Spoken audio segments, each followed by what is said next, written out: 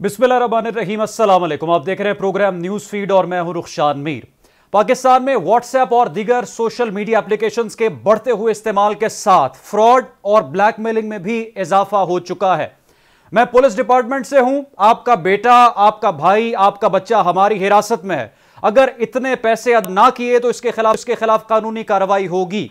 ऐसी बहुत सी telephone calls या मैसेजेस आपको भी कहीं ना कहीं कभी ना कभी मौसूल जरूर हुए होंगे, लेकिन आज जो खबर सामने आई है उसने दिल दहला कर रख दिया है। रावलपिंडी से ताल्लुक रखने वाले 42 साला मोहम्मद मसूद की खुदकुशी ने सोशल मीडिया पर एक नई बहस छेड़ दी है। क्या पाकिस्तान में लोन एप्लीकेशन शहरियों को ब्लैकमेल कर रही हैं? क्या मजबूरी में फंसे शहरियों को चंद हजार का मकरूज बनाकर सूद की मद में पैसे बटोरने के लिए उन्हें डराया और धमकाया जा रहा है? खुदकुशी करने से कबल मोहम्मद मसूद ने आखिरी पैगाम अपनी बीवी के लिए छोड़ा था कि मैं ना आपके काबिल हूं और ना ही अपने बच्चों के काबिल हूं। शौहर की खुदकुशी के बाद एक वीडियो पैगाम में उनकी बेवा ने यह भी बताया है कि मोहम्मद मसूद ने घर के अखराजात की अदायगी के लिए एक ऑनलाइन लोन एप्लीकेशन से कर्ज लिया हुआ था, जिसकी वापसी के लिए इन कंपनियों के नुमाइंदे उन्हें मुसलसल ब्लैकमेल करते थे और डाटा लीक करने की धमकियां देते थे। पुलिस ने मोहम्मद मसूद के भाई मुजम्मिल हुसैन की मुद्दत में खुदकुशी की रिपोर्ट दर्ज की है। इस हवाले से तहकीकात का आगाज भी हो चुका है, लेकिन चंद ही दिनों में यह दर्जनों एप्लीकेशन सोशल मीडिया पर मासूम और सादा सार्फिन को जो बेवकूफ बना रही हैं उसका सिलसिला बढ़ता जा रहा है। बेरोजगारी से मुतासरा मसूद ने इब्तदाई तौर पर एक ऑनलाइन लोन एप्लीकेशन से सिर्फ 22,000 रुपए कर्ज लिया था, जो बर वक्त अदायगी ना किए जाने पर बढ़ता चला गया और उन्होंने मुसलसल दबाव में रहने के बायस अपनी जिंदगी को ही खत्म कर लिया। और सोशल मीडिया पर इस हवाले से मिला जुला रद्द-ए-अमल सामने आ रहा है। मैं आपको पहले तो सुनवाना चाहता हूं कि लोन एप्लीकेशन के नुमाइंदे ने मसूद के अहले खाना से आखिरी मर्तबा क्या गुफ्तगू की थी और फिर हम इस पर बात करते हैं। ठीक है, कौन से बात कर रहा हूँ? सर वेट करें, वो मामून ना रहे हैं। यार, एक से नंबर लिया वो कह रहे हैं मसूद का नंबर है, दूसरे से लिया वो कह रहे हैं तू कह रहे हैं मेरा मामू है। क्या मजाक बनाए हो यार तुम लोगों ने? आपके कॉन्टेक्ट नंबरों पे काले करके फिर पता करूँ ये कौन हो तुम लोग। आपके कितने पैसे देने हैं मामू ने? 22,356 रुपए। कैसे पता चला मेरे पैसे देने लोगों के घरों में काले करूँ? वो अच्छा रहेगा। उन्होंने लिए हुए 22,356 रुपए। 13,000 लिए थे उन्होंने। तो आपको क्या पता उन्होंने 13,000 लिए थे? चेक ओपन करके देख लो, मैं झूठ बोल रहा हूँ तो तुम लोग फ्राइडी हो सारे।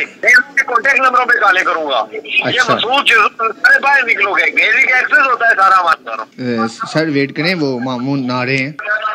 यार, एक से नंबर लिया वो कह रहे हैं मसूद का नंबर है, दूसरे से लिया वो कह रहे हैं तू कह रहे हैं मेरा मामू है। क्या मजाक बनाए हो यार तुम लोगों ने? आपके कॉन्टेक्ट नंबरों पे काले करके फिर पता करूँ ये कौन हो तुम लोग। आपके कितने पैसे देने हैं मामू ने? 22,356 रुपए। कैसे पता चला मेरे पैसे देने लोगों के घरों में काले करूँ? वो अच्छा रहेगा। उन्होंने लिए हुए 22,356 रुपए। 13,000 लिए थे उन्होंने। तो आपको क्या पता उन्होंने 13,000 लिए थे? चेक ओपन करके देख लो, मैं झूठ बोल रहा हूँ तो तुम लोग फ्राइडी हो सारे। कॉन्टेक्ट नंबरों पे काले करूंगा। ये अच्छा। मसूद अरे बाहर निकलोगे, गेजिक एक्सेस होता है सारा हमारा। की जॉब 6 मंथ पहले छूट गई थी, घर का रेंट देना था, बच्चे की फीसें देनी थी, तो उन्होंने एक इजी लोन ऐप वालों से 13,000 रुपए का लोन लिया। 3 हफ्तों में उन लोगों ने 50,000 तक अमाउंट हमारी बढ़ा दी। वो अदा करने के लिए मेरे हस्बैंड ने दूसरी ऐप से फिर लोन लिया। वो हर हफ्ते हमें मैसेज करते, वो हमें धमकियां देना शुरू हो जाते, ब्लैकमेल करना शुरू हो जाते कि आपके मोबाइल का जितना पर्सनल डेटा है हम आपकी कॉन्टेक्ट लिस्ट में मीडिया पर ये चीजें शो करेंगे। 7-8 लाख तक हम लोग लोन अदा कर चुके थे। हस्बैंड ने मुझे नहीं बताया कि उन्होंने उनको कोई खतरनाक किस्म की धमकियां दी, जिससे मेरे हस्बैंड दिल बर्दाश्त हो कि अपने आप को खत्म। आपने बेवा का बयान सुना। इंतहाई दिल खराश ये वीडियो है और ये पैगामात इंतहाई दिल दहला देने वाले हैं कि चंद हजार रुपए के एवज इस कदर दबाव में डाला गया एक प्राइवेट और जाली लोन एप्लीकेशन के एक नुमाइंदे ने कि एक सादा लो शहरी खुदकुशी करने पर मजबूर हो गया। और ये तो केस मंजर आम पर आया, जाने इस तरह के कितने केसेस रोजाना की बुनियाद पर जो है वो वकूफ पजीर होते हैं। हमने बात करने की कोशिश की है FIA हुकाम से, लेकिन उन्होंने कहा कि it's too early to comment, यानी अभी इस हवाले से जो इदारे हैं वो मुकम्मल तौर पर हरकत में दिखाई नहीं दे रहे। हमारे साथ मौजूद है डॉक्टर नवीद इलाही साहब, ज्वाइंट डायरेक्टर इंटेलिजेंस ब्यूरो, उन्होंने हमें ज्वाइन किया है। इनसे सबसे पहले तो ये जान लेते हैं कि ये सारा मामला आखिर चलता कैसे है। डॉक्टर साहब, बहुत शुक्रिया आपके वक्त का। इसका तरीकाकार क्या है? किस तरीके से कोई घर में बैठे बैठे अपनी लोन एप्लीकेशन बना रहा है और चंद हजार रुपए लोगों को देकर रोजाना की बुनियाद पर, हर महीने की बुनियाद पर उसको इंटरेस्ट चार्ज किया जा रहा है। जी देखें, ये इसी को स्कैम कहते हैं, इसी को फ्रॉड कहते हैं। लोगों के जो छोटी छोटी ख्वाहिशात होती हैं, उन्हें पता होता है फ्रॉडियों को कैसे इनको हैंडल करना है, कैसे एक्सप्लॉइट करना है। तो आपने देखा कि बड़े फ्रॉड से लेके छोटे फ्रॉड तक लोग झांसे में आ जाते हैं, उनको थोड़ा सा इंटरेस्ट नजर आता है तो वो इस फ्रॉड के झांसे में आ जाते हैं। मेरा ख्याल है कि इसके ऊपर तो FIA की आपने अभी बात की है, जो रेगुलेटरी अथॉरिटीज हैं उनका काम है कि इसका नोटिस लें और पहले से अवेयरनेस क्रिएट करें। लेकिन FIA के भी रिसोर्सेज बहुत लिमिटेड हैं।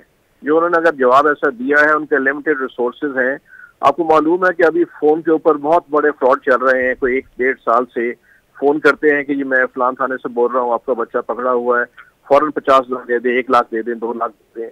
और 100 लोगों को फोन करते हैं, 3-4 उसमें से काबू आ जाते हैं। तो मेरी इनके जो एक सीनियर अफसर थे उनसे बात भी हुई सिलसिले में, तो उन्होंने कहा जी इतने केसेस आ रहे हैं कि सिर्फ इसका जवाब अवेयरनेस है, लोगों में अवेयरनेस क्रिएट हो कि ऐसे लोगों के झांसे में मत आए। और ये मेरा ख्याल है कि ये एक मुनासिब बात भी है। लेकिन अब ये बहुत बड़ा सानिया हो गया, किसी की जान चली गई इस दबाव में आके फ्रॉडस्टर की। जाहिर है उसके ऊपर तो अब और नवैयत के केसेस होंगे जिसमें पुलिस इन्वॉल्व होगी और उसको कैफे किरदार तक पहुंचाना चाहिए। लेकिन मेरा यही ख्याल है कि इसमें सबसे इम्पोर्टेंट ये है कि जैसे आप देखा कि नैब में भी एक उनका एक पिलर है अवेयरनेस का, कि वो कॉन्स्टेंटली अवेयरनेस क्रिएट करते रहते हैं। तो इनको भी मेरा ख्याल है कि ऐसे केसेस में भी, जैसे अभी हमने देखा कि लोगों को जो ह्यूमन स्मगलर्स हैं ले जाते हैं, बारहा लोगों को एक्सप्लॉइट करते हैं, जाने जाती हैं फिर भी जान खतरे में डाल लेते हैं। तो this is all basically matter of awareness. उसके बाद फिर प्रिवेंटिव एक्शन आएगा। सर, आपने जिक्र किया FIA के रिसोर्सेज का। मैं खुद आई विटनेस हूं कि FIA के दफ्तर में जो साइलिन है उनके खड़े होने की जगह नहीं है और सुनवाई के लिए वहां पर जो एहलकार या ऑफिसर बैठा है वो सर पकड़कर बैठा हुआ है कि यहां पर तो ना इंटरनेट चल रहा है और ना हम इतने ज्यादा एप्लीकेंट्स को एंटरटेन कर सकते हैं। FIA में तो ये हालात हमने लाहौर में और दूसरे शहरों में देखे हैं। क्या रिसोर्सेज भी महदूद हैं, टीम भी महदूद है और शिकायत का अंबार है। अवेयरनेस कौन पैदा करेगा? सबसे अहम इसमें सवाल यह है कि जब कोई ऐसी एप्लीकेशन या ऐसा कोई इदारा वजूद में आता है तो उसको किससे इजाजत लेनी चाहिए? कौन उसे रोकेगा? कौन? देखिए, मेरा ख्याल है कि गवर्नमेंट को, फेडरल गवर्नमेंट को, क्योंकि फेडरल गवर्नमेंट का इदारा है, इसके जो रिव्यू करना चाहिए पूरे इदारे का और उसके मुताबिक इसका बजट एलोकेशन करनी चाहिए। उसके मुताबिक ही इसके ऑफिस में पूरी की पूरी इसकी रीजुविनेशन की जरूरत है। आपने तो लाहौर ऑफिस की बात कर रहे होंगे, बेशुमार मुकामात पे तो ऑफिस ही नहीं है। तो इसलिए इसको एक दोबारा रीजुविनेट करने की जरूरत है। ट्रेन्ड ऑफिसर्स हों, यहाँ पे ऑफिसर्स प्रॉपर हों, उसके मुताबिक रिसोर्सेज हों। देखें, आप मसाइल बढ़ते जा रहे हैं, आप उसको उसी तरीके से चला रहे हैं, उसी महदूद वसाइल में चला रहे हैं कि जैसे वो खुद अपने वसाइल खुद ही पैदा करें। तो ऐसे काम नहीं चलेगा, हादसा होते रहेंगे। उसके बाद आप बढ़तबाजी करते रहे गवर्नमेंट, नुकसान हो जाएंगे। आप सबसे बड़ा हादसा तो अभी ये जो हुआ है जो ह्यूमन स्मगलर्स का, आप देखें कि सैकड़ों लोग उसमें मारे गए बेचारे इस चक्कर में कि वो यूरोप चले जाएंगे, बेहतर जिंदगी गुजारेंगे। तो वो जो उनको ले जाने वाले लोग थे वो तो सारे रिकॉर्ड पे मौजूद हैं, उनका पता भी है, वो मिल मिला के काम कर रहे हैं, लेकिन उनको पकड़ा नहीं जा रहा। पकड़े जाते हैं तो अपनी बेलें करा ले। अभी भी आप अगर रिकॉर्ड देखेंगे 2 महीने बाद पता चलेगा कि तमाम में से 90% बेल पे चले गए या रिहा हो गए। तो मेरा ख्याल है कि रेगुलेटरी अथॉरिटी को स्ट्रेंथन करने की जरूरत है, उसके रिसोर्सेज बढ़ाने की जरूरत है और बजट बढ़ाया जाए और साथ वहाँ पे ऑफिसर्स की ट्रेनिंग को बेहतर किया जाए। ठीक है, डॉक्टर नवीद साहब आप हमारे साथ ही मौजूद रहेगा। हमें किया डॉक्टर अफान कैसर ने, मारूफ सोशल मीडिया इन्फ्लुएंसर हैं, पेशे से डॉक्टर हैं, लेकिन साइकोलॉजिकल इफेक्ट्स पर बहुत बात करते हैं सोशल मीडिया पर और लोग सुनते भी हैं। डॉक्टर साहब, आज बड़ा अफसोसनाक वाकया पेश आया रावलपिंडी में और इसकी जितनी मजम्मत की जाए कम है। कसूरवार इसमें कौन है? देखें, ओवरऑल पाकिस्तान में जो डिप्रेशन है वो बहुत ज्यादा है। आप पैसे के नाम पर किसी को कहीं भी ले जाएं तो वो उस तरफ ड्रैग होगा। अब प्रॉब्लम यह है कि हम जिन जराइम को जराइम समझते नहीं है, वो जराइम पाकिस्तान में बहुत ज्यादा हैं और देखें इस टाइम जो सोशल मीडिया है या ये जो इलेक्ट्रॉनिक गैजेट्स हैं पाकिस्तान में, ये बांदर के हाथ में माचिस के मुतरादिफ है। People do not know their use और people know their negative use.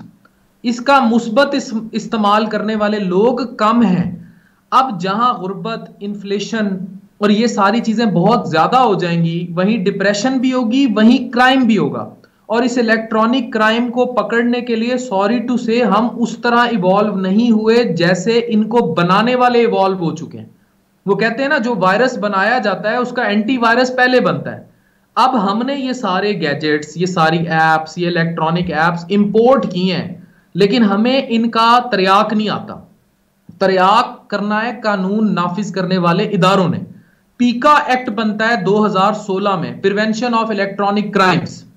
अब वो जो प्रिवेंशन ऑफ इलेक्ट्रॉनिक क्राइम्स है उसको करने के लिए, ट्रस्ट मी, मैंने कल एक सेमिनार अटेंड किया, हमारी पुलिस को बहुत सारी बेसिक चीजें ही नहीं पता, बेसिक चीजें ही नहीं पता।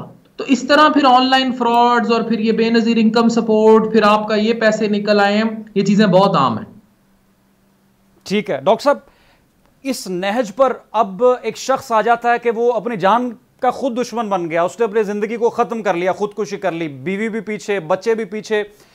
ऑनलाइन इतनी हरासमेंट, इतना दबाव में आ सकता है कोई शख्स? रुखसान, कोई भी आ सकता है हरासमेंट में। आपने वो देखा नहीं जिसको थ्रेट कर रहे होते हैं, किसी लड़की की नंगी वीडियोस या पिक्चर्स किसी के हाथ में होती हैं और वो हरासमेंट का शिकार होके वो बेचारा डिप्रेशन में जाता है या जाती है और खुदकुशी कर लेती है। आमिर लियाकत साहब का केस क्या था? It was case of mayor depression. वो एक मर्द थे, उनकी वीडियोस लीक हो गई, उन्हें पूरा मुआशरा हरास करने लग गया, वो डिप्रेशन में चले गए, सोशल आइसोलेशन में चले गए और अल्टीमेटली उन्होंने सुसाइड कर ली। अब इसी तरह एक बंदा जो ब्लैकमेल हो रहा हो इन ऑनलाइन एप्स के जरिए, उसके घर खाने को पैसे ना हो, उसके साथ फ्रॉड हुई जा रहा हो, उसको ब्लैकमेल किया जा रहा हो, तो ऊपर से उसके पास एक तरफ पैसे नहीं। याद रखें, जो ज़हनी सुकून है ना, वो कभी भी पैसे, मनी का रिप्लेसर नहीं हो सकता। ये ज़हनी सुकून अगर तबाह हो जाए ना, आप कहीं के भी नहीं रहते। तो जब mental torture is even worse than physical, आपको पता है ग्वांतानामो बे क्यों बदनाम है पूरी दुनिया में? There physical torture is not हमारा फिजिकल टॉर्चर जो हमारी पुलिस करती है, it is far worse than what happens in Guantanamo Bay, the most worst tortured place on the planet Earth. लेकिन हमारा फिजिकल टॉर्चर ज्यादा होता है, मार देते हैं। उधर मेंटल टॉर्चर इतना बुरा देते हैं बंदे को कि वो बर्दाश्त नहीं कर पाता, लोग मर जाते हैं, ज़हनी तौर पर अपाहज हो जाते हैं। तो mental torture, mental harassment, mental blackmailing, mentally किसी को मफलूज कर देना इस नहज पे कि वो अपनी जान ले ले, it's much bigger torture than physical torture. अच्छा, बहुत बड़ा डॉक्टर फान साहब, ये मैं समझता हूं कि ये जो इंसिडेंट हुआ, जो मंजर आम पर आया, बहुत से तो ऐसे लोग हैं जो अपनी शनाख्त छुपा रहे हैं इन लोन एप्लीकेशंस, और ये जितने चैनल्स इस तरह के बने हुए हैं, इनकी ब्लैकमेलिंग से तंग आकर वो मंजर आम पर नहीं आ रही है। खुदकुशी का ये जो खबर अफसोसनाक सामने आई है, बहुत बड़ा अलमिया है सोसाइटी का। आप समझते हैं कि इस तरह की तमाम एप्लीकेशंस और ये प्राइवेट घरों में जो लोग बैठकर कारोबार कर रहे हैं सूद का, फौरी तौर पर इदारों को एक्शन लेना चाहिए, बंद होने चाहिए ये? शान मीर, इस पर क्रैक डाउन बहुत पहले हो जाना चाहिए था, जब ये इस किस्म की एप्स आ रही थी जिसपे कह रहे थे कि वो कॉइन्स देते थे और लड़कियां अपने कपड़े उतारती थी, और ये नंगपन और डंगपन शुरू था। और इन्होंने ऑफिसेज में बैठ के ऑनलाइन लड़कियां बिठाई हुई थी जो लोगों से कॉइन्स की मद में पैसे लेती थी। उसके बाद ये सूद वाली एप्स शुरू हो गई, फिर ऐसी एप्स आने लग गई जो लोन देने लग गई। ये ना रजिस्टर्ड है, ना इनका कहीं रिकॉर्ड है, ना FIA या किसी इदारे के पास कोई इनकी इलेक्ट्रॉनिक रिकॉग्निशन है। ये सारा काम कहां से ऑपरेट हो रहा है? इसके ऑफिसेज भी पाकिस्तान में मौजूद हैं कि नहीं? और अगर ऑफिसेज मौजूद हैं तो कौन सा हिडन नेटवर्क इसको ऑपरेट कर रहा है? कोई डाटा नहीं है। क्रैकडाउन होगा, किसको पकड़ेंगे, कौन से लोग इन्वॉल्व हैं? क्योंकि इनके बहुत सारे ऑपरेशनल सेटअप्स दुबई में बैठे हैं। याद रखें, पाकिस्तान का बहुत बड़ा तबका ओवरसीज बैठा है जो बहुत अच्छा काम कर रहा है, लेकिन उसी में बहुत सारा तबका ऐसा भी है जो डंकियां लगा के बाहर गया है। Then they establish the software houses, then they establish their networks, और वहां इनके लोकल दोस्त या छोटे छोटे गांव में, आप इमेजिन करेंगे कि पाकिस्तान में सिंध के एक छोटे से गांव ने एक अमेरिकन बहुत बड़ी वेबसाइट उस बच्चे ने हैक कर ली थी जिसपे क्रैकडाउन हुआ था। तो हमारे यहाँ तो ये छोटे छोटे गांव में बैठ के ये लोग क्रैकडाउन इस तरह की हरकतें कर रहे हैं। उधर से ऑफिसेज इनके दुबई में है, मलेशिया में है, ओमान, कतर, दोहा, जहां जहां ओवरसीज क्रिमिनल माइंड वाले बैठे हैं, पॉजिटिव माइंड वाले नहीं। तो इनको पकड़ा नहीं जा सकता। ठीक है डॉक्टर नवीद साहब, डॉक्टर अफान की गुफ्तगू आपने सुनी है। असल मामला तो यह है कि पकड़ना कैसे है, रोकथाम कैसे होनी है। जिस इदारे की आप बात कर रहे थे वो तो कहते हैं हमने ईमेल कर दी है, मुतल्लिका एप्लीकेशन को जवाब आएगा तो देखेंगे। पकड़ेगा कौन? क्या आईबी के पास डाटा है इन लोगों का? देखिए, जो इन्होंने बात की है डॉक्टर साहब ने, वो बात ठीक की है। आप ये देखिए कि इसके मेरी भी बात से और इनकी बात से नतीजा ये निकलता है कि सबसे बड़ा काम, ठीक है ये कॉग्निजेबल ऑफेंस है और ये फ्रॉड हो रहे हैं इस पे, लेकिन इनको काबू करना कोई आसान काम नहीं है। इस पे बहुत ज्यादा रिसोर्सेज चाहिए होते हैं। इसमें मैं मिसाल देता हूँ कि आप यहाँ पे ज़ैनब का केस हुआ था कसूर में, जो बच्ची सर हुई और रेप हुआ था, उसके सिर्फ डीएनए लैब चेक करने के लिए 2 करोड़ से ज्यादा पैसे लगे थे, जो आप जाहिर है कि किसी एक केस पे लगा सकते हैं, और फिर वो आप वहाँ पहुंचे थे। तो सबसे बड़ी जो इम्पोर्टेंट चीज है इससे बचने की अवेयरनेस है। उसकी वजह ये है कि मैं आपको अमेरिका और इवन इंग्लैंड में इतना ये जो क्राइम है इतना रैम्पेंट है, जो फोन के ऊपर इस तरह के फ्रॉड है रैम्पेंट है। वहाँ पे भी अमेरिका जैसे मुल्क में जहाँ पे बहुत सख्त सजाएं भी हैं, रिसोर्सेज भी हैं, इंग्लैंड में वहाँ पे भी है। तो इसलिए सबसे बड़ा तो यही है कि अवेयरनेस, उसके बाद फिर एक आध ग्रोह के पीछे लग के चंद एक को आप काबू कर सकते हैं आफ्टर परसिस्टेंट एफर्ट। उसमें आईबी तो ये कर सकती है कि उनको लोकेट करके एफआईयू को बता दे जिन्होंने लीगली आगे एक्शन लेना है, या पुलिस को आगे। तो मैं जैसे अर्ज किया कि उनके भी एक लिमिटेड रिसोर्सेज हैं, वो एक हद तक ही जा सकते हैं। लेकिन जो लोग यहाँ पे, इनको तो ये चाहिए कि अखबार में और सोशल मीडिया में भी देते रहें कि इनसे आप बचें। और इस जो बेसिकली होता ये है कि अपनी जो छोटी छोटी रिक्वायरमेंट्स होती हैं उसके लिए ये हिस्स में आके उसमें आके कोई पैसों के लिए कह दीजिए आपको हम कोई इंटरेस्ट फ्री दे देंगे, या आप 2 साल बाद दे दीजिएगा, इस तरह के जो आपको पता है कि उसमें फ्रॉड ही होता है, तो उसके ट्रैप में आ जाते हैं। उससे बचने के तरीके बताने चाहिए। सबसे आसान तरीका, सबसे मौसर तरीका तो यही अवेयरनेस सोशल मीडिया के जरिए और अखबारों के जरिए। ये बिल्कुल बहुत जरूरी है, लोगों को पता होना चाहिए। लोगों को पता भी नहीं होता कि क्या हो रहा है। आप देखें हाउसिंग सोसाइटीज के फ्रॉड हुए थे, तो नैब ने और सर हाउसिंग सोसाइटी के जो फ्रॉड हुए थे उस पर अब हम अगर लाहौर की बात करें तो जितने लाहौर में फ्रॉड हुए एलडीए ने उसमें अवाम को तो रिलीफ दिया नहीं है। जिन लोगों के प्लॉट्स में या घरों में फ्रॉड हुआ एलडीए ने अवाम का कुछ नहीं किया। उन्होंने जाके अदालतों से बेल करवा ली जिन्होंने करोड़ों अरबों रुपया बनाया, और लोग हाथ पे हाथ रखकर हर 6 महीने बाद प्रोटेस्ट करते हैं। इसी तरीके से ऑनलाइन फ्रॉड जिनके साथ हो रहा है, एफआईए या मुतल्लिका इदारे जो हैं उनको तो कोई रिलीफ नहीं दे रहे, वो तो बेचारे सोशल मीडिया पर ही एहतजाज अपना कर रहे हैं। ये बस यही होगा, इसलिए इनको बचना चाहिए उससे। देखिए कोऑपरेटिव सोसाइटीज का बहुत बड़ा स्कैम हुआ, और इस तरह के बेशुमार स्कैम हो रहे हैं। स्कैम का अल्टीमेटली बहुत कम होता है कि रेजोल्यूशन हो, इसलिए सबसे अहम जो तरीका होता है, सबसे मौसर और इफेक्टिव तरीका होता है, वो अवेयरनेस है। लोगों को पता हो कि हमने इस फ्रॉड, इंसाफ की तवक्को छोड़ दी जाए। दुनिया भर में ये होता है कि ये फ्रॉड हो रहे हैं, उनसे बचने का ही कहा जाता है। अगर हो जाए तो बहुत रेयरली होता है कि कोई काबू आ जाए, जिस तरह क्योंकि आपको फिंगरप्रिंट्स नहीं मिलते सोशल मीडिया पे, लोग बाहर कहीं और से बैठे हुए और मुल्कों से बैठ के ऑपरेट कर रहे होते हैं, आपकी एक्सेस भी वहां पे नहीं होती। आप तो अच्छे भले अपने जो सियासतदान हैं जिनके रेड वारंट्स हैं उनको वापस लाने में आपको तकलीफ पेश आ रही है, तो इनका जिनका पता ही नहीं है, फेसलेस लोग हैं। तो इसलिए प्रैक्टिकली देखना चाहिए, इसमें वो नहीं है, प्रैक्टिकल एंगल में बता रहा हूं। और तो ये जो पर्टिकुलर केस हुआ है इसमें भी इनको तहकीक करनी चाहिए कि वाकया क्या हुआ है। डॉक्टर अफान साहब, अवेयरनेस पर डॉक्टर नवीद साहब कहते हैं कि इक्तफा करना चाहिए और सोशल मीडिया और अखबारों के जरिए लोगों को अवेयर करना चाहिए। तो अवेयरनेस तो आप जैसे और भी इन्फ्लुएंसर जो अच्छा काम कर रहे हैं सोशल मीडिया पर रोजाना की बुनियाद पर करते हैं, लेकिन मेरे ख्याल में तो ये नाकाफी है। आप क्या कहेंगे? देखिए, जहां तक अखबारात का ताल्लुक है ना, प्रिंट प्रेस वो तो आउट हो चुकी है। वो तो मुझे नहीं लगता कि वो इतनी इफेक्टिव है, ना ही वो इफेक्टिव रूट ऑफ मीडियम रहा है, ना ही लोग अब पढ़ते हैं ना देखते हैं। अब है इलेक्ट्रॉनिक, ऑब्वियसली सोशल मीडिया का दौर और ये सारा कुछ। अब इन पे अगर हम बात की जाए देखें, ये जो चालबाज है ना, ये इस तरह झांसा देते हैं, इस तरह फंसाते हैं, they strike at your weakest point.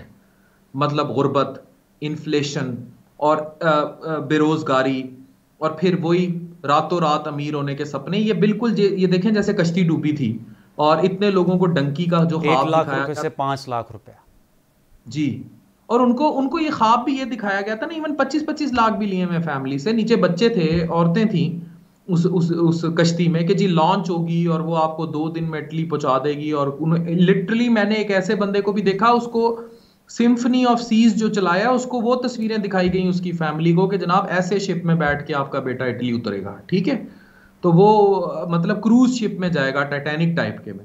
तो जब वो ख्वाब इस तरह के दिखा देते हैं और शीशे में उतार लेते हैं, तो फिर हमारी सादा लू अवाम है वो धोखा खा जाती है और अल्टीमेटली दे गेट ट्रैप्ड। तो किसी का ब्रेन वॉश करके उसको ट्रैप कर लेना, देखें हतमी गलती तो फिर उस इंसान की है जो उस ट्रैप में फंसता है। लेकिन जब फंस जाता है तब ये इदारे आते हैं। अब इदारे बेबस हैं।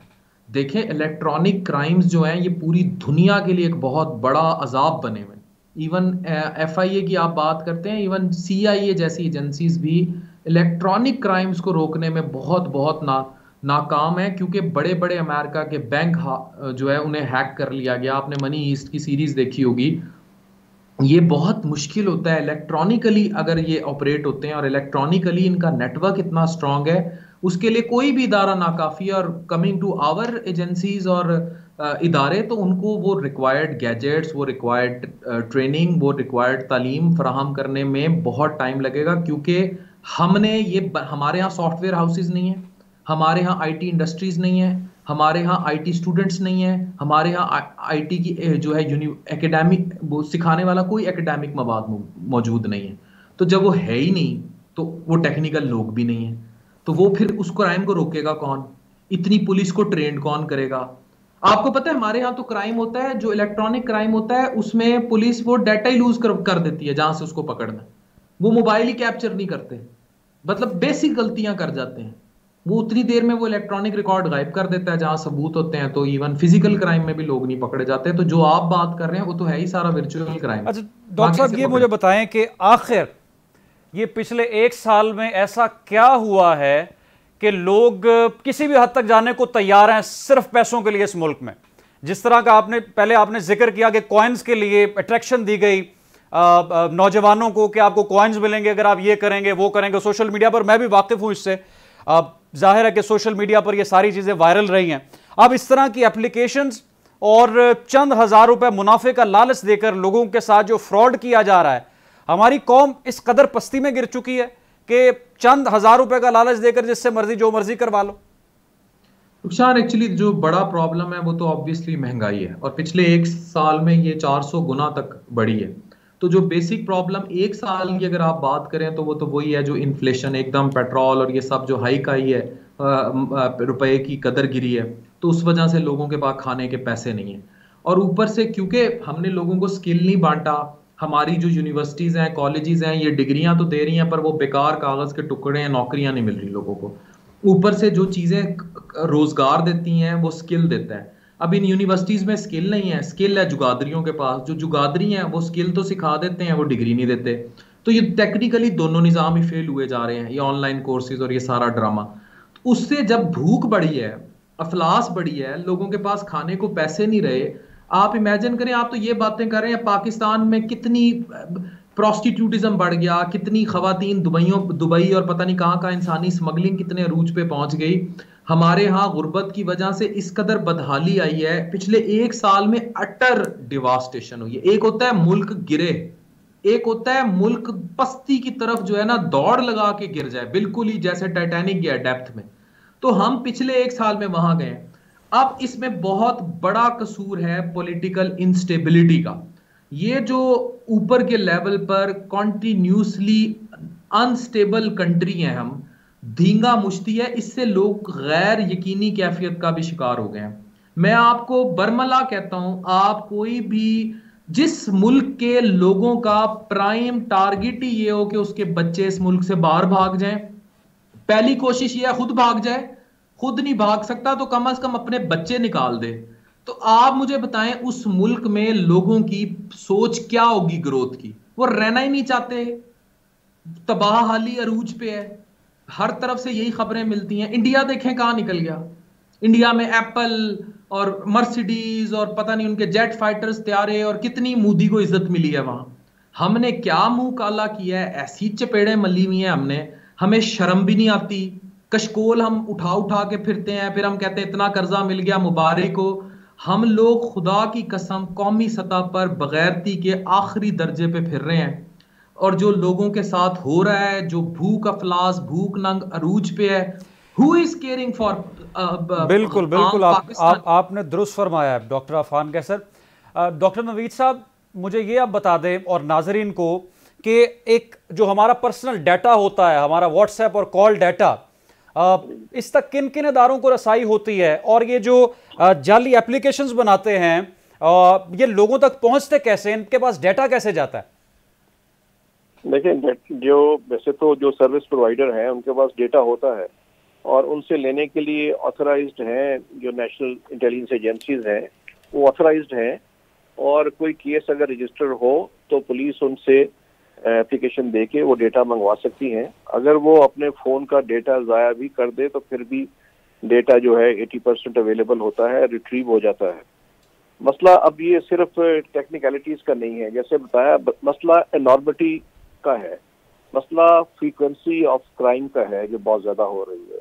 और ये भी मेरा ख्याल है कि इसमें कोई गलतफहमी है कि एक साल में सब कुछ हो गया। ये काम साल से हो रहा है और कम से कम 3-4 साल से तो मैं ये सुन रहा हूँ केसेस, क्योंकि लोग आते हैं शिकायत लगाते हैं जी हमारे साथ फोन के ऊपर ये फ्रॉड हो गया और कॉल, और ये काफी तवातर से हो रहा है और ये ग्लोबल फिनोमेना भी है। और इसको कंट्रोल करने के लिए आपको मल्टी प्रॉन्ग्ड स्ट्रेटजीज इख्तियार करनी पड़ेंगी, जिसमें आपको अपने जो इदारे हैं उनको फर्दर स्ट्रेंथन करना पड़ेगा, उनके रिसोर्सेज बेहतर करने पड़ेंगे, उनकी कैपेसिटी बिल्डिंग करनी पड़ेगी, ताकि एक हद तक उसको आप जो है काबू पा सकें इसके ऊपर। जो मैंने तजावीज़ दी है उसके अलावा ये बहुत ज़रूरी है कि साथ साथ, क्योंकि आपके देखें आपने मोबाइल दे दिया हर एक के हाथ में, तो जाहिर है कि जैसे आपने मोटरसाइकिल दे दी है किस्तों पे, 3-4 हज़ार मोटरसाइकिल पे बैठ के आप लाखों की तादाद में मोटरसाइकिल फिर रहे हैं, आपने उनको स्ट्रेटेजाइज नहीं किया कि उनको एक लेन में चलाना है, उनको हेलमेट का पाबंद करना है, उनको कैसे ट्रैफिक से पाबंद बनाना है, तो वो प्लानिंग नहीं थी।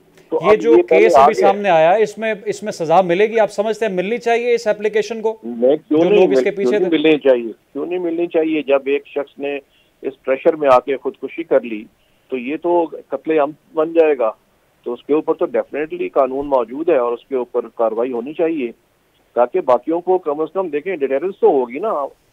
आप एक सख्त सजा देंगे तो बाकियों के लिए एक डिटेरेंस होगी कि वो ऐसे काम में ना पड़े। ठीक है, साबिक joint director intelligence bureau doctor Naveed Elahi हमारे साथ मौजूद थे और डॉक्टर अफान कैसर ज्वाइन किया। आप दोनों का बहुत शुक्रिया। नाजरीन, ये जो अफसोसनाक वाकया पेश आया रावलपिंडी में, ये बहुत से लोगों के लिए सीखने का मकाम है। किस तरीके से लोगों को ट्रेस किया जाता है, उन्हें लालच दी जाती है और उन्हें वर्गलाने के बाद चंद हजार रुपए की रकम थमाकर उनको प्रेशराइज किया जाता है, ब्लैकमेल किया जाता है और बाद में घरों तक पहुंचने की धमकियां दी जाती हैं।